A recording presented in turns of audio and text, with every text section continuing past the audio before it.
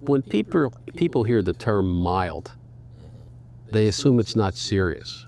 Right, and that's one of the things that I don't like about the classification system that you mentioned, like mild, moderate, and severe. Because, yeah, mild, first of all, mild brain injury, that classification can be broken down to complicated or uncomplicated. So a mild, uncomplicated head injury would be one in which there are no physiological markers like a skull fracture or bleeding on the brain, a hematoma, that kind of thing. A mild, complicated head injury, you can still have a skull fracture and bleeding on the brain, and it could still be technically a mild head injury, right? I saw one person, an older person, who fell and didn't even really lose consciousness.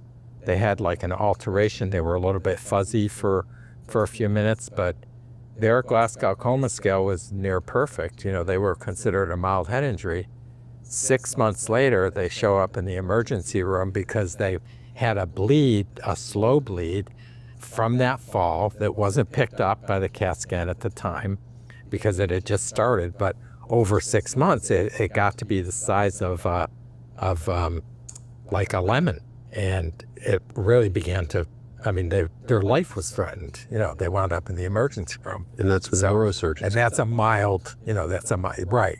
That's right. And that's a mild, classified as a mild head injury.